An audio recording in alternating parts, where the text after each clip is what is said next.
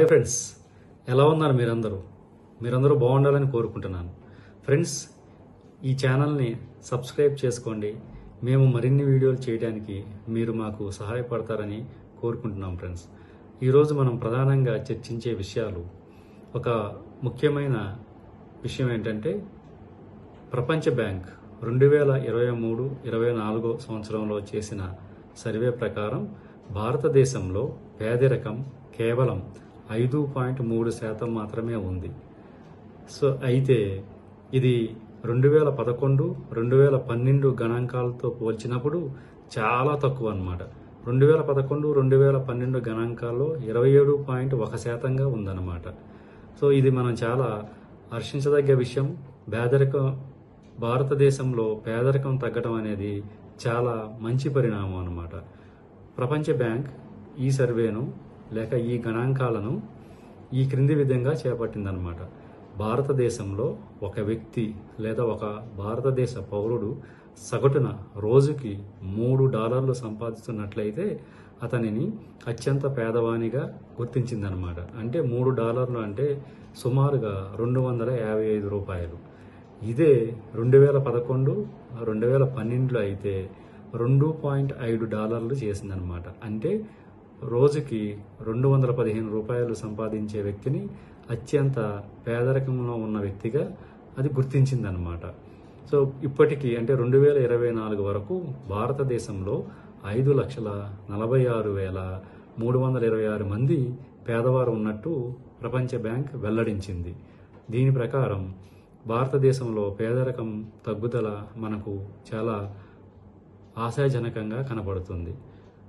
తరువాత ప్రపంచ బ్యాంక్ ఈ పేదరిక నిర్మూలన ఎలా తగ్గుతుందని ఒక సర్వే చేసినప్పుడు ఏం జరిగిందంటే, సో మన భారతదేశం ప్రభుత్వం కానీ భారతదేశంలో ఉన్న రాష్ట్రాలు కానీ పేదలకు సంక్షేమ ఫలాలను మరియు ఉచితాలను సబ్సిడీలను ఇవ్వటం వల్ల పేదరికం అనేది ఆశాజనకంగా తగ్గిందనమాట.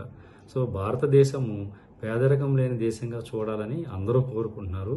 సో కాబట్టి పేదరికం ఎంత తగ్గితే సో అంత మంచిదని మనం కూడా కోరుకుందాం ఫ్రెండ్స్. అలాగే పట్టణాల్లోనూ మరియు గ్రామీణాల్లోనూ పేదరికం ఏ స్థాయిలో తగ్గిందో ఆ పర్సంటేజ్లు మరి ఆ గణాంకాలు ఏంటో ఇప్పుడు చూద్దాం. 2011-2012 నుండి 2023-24 నాటికి అత్యంత పేదరికంలో ఉన్న 17 కోట్ల మందిని ఆ వర్గం నుంచి బయటికి తీసుకొచ్చారు. అలాగే పట్టణాల్లో అత్యంత పేదరికంలో ఉన్న 18.4% నుంచి 2.8% తగ్గించారు.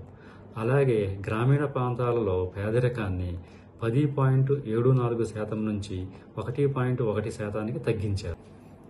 జూన్ 8ని మనం ప్రపంచ మహాసముద్రాల దినోత్సవంగా జరుపుకుంటున్నాం ఫ్రెండ్స్. సముద్రాలు అనేవి ప్రపంచానికి ఎంతో మేలు చేస్తున్నాయి. ఈ సముద్రాలు ప్రపంచ భూభాగంలో 3/4 వంతు ఆక్రమించి ఉన్నాయి. సముద్రాలు అనేక విధాలుగా మానవునికి ఉపయోగపడుతున్నాయి. ఈ భూగోళంపై అత్యంత సహజమైన వనరులు సముద్రాలు, మహాసముద్రాలుగా ఉన్నాయన్నమాట. ఇవి భూమికిను మరియు ప్రజలకును ఎంతో ఉపయోగం చేస్తున్నాయన్నమాట. సముద్రాల నుంచి 25% ఆక్సిజన్ ప్రజలకు అంటే ప్రపంచంలో ఉన్న ప్రజలకు అందుతుంది. అలాగే సముద్రాల నుంచి 17% ఆదాయం సమకూరుతుంది. సముద్రాల ద్వారా మనకు చాలా ఆదాయంతో పాటు చాలా జలచరాలకు నివాసయోగ్యంగా ఉందన్నమాట. సో చాలా నదులు సముద్రాల్లోనే కలుస్తాయన్నమాట. ఈ సముద్రాలు 174 దేశాలకు తీర ప్రాంతాలుగా ఉండి ఎంతో ఆర్థిక రంగంలో ఇవి ఉపయోగపడుతున్నాయన్నమాట. కానీ ఈ సముద్రాలను కొంత దేశాలు కొంతమంది అనవసరంగా వీటిని కలుషితం చేసి జలచరాలకు మరియు జీవ వైవిధ్యాన్ని పాడు చేస్తున్నారన్నమాట. సో జీవ వైవిధ్యం ఎక్కడైతే బాగుంటుందో ఆ ప్రపంచం కానీ ఆ మానవాళి కానీ ఎంతో విరజిల్లుతుందన్నమాట. సో మనం సముద్రాలను కాపాడవలసిన బాధ్యత మన మీద ఉంది. సముద్రాల ద్వారా సుమారుగా 300 కోట్ల మందికి జీవనోపాధి దొరుకుతుందన్నమాట. ఈ సముద్రాలు ఎన్నో దేశాలకు వివిధ రూపాల్లో ఇవి ఆదాయ వనరులుగా ఉన్నాయన్నమాట.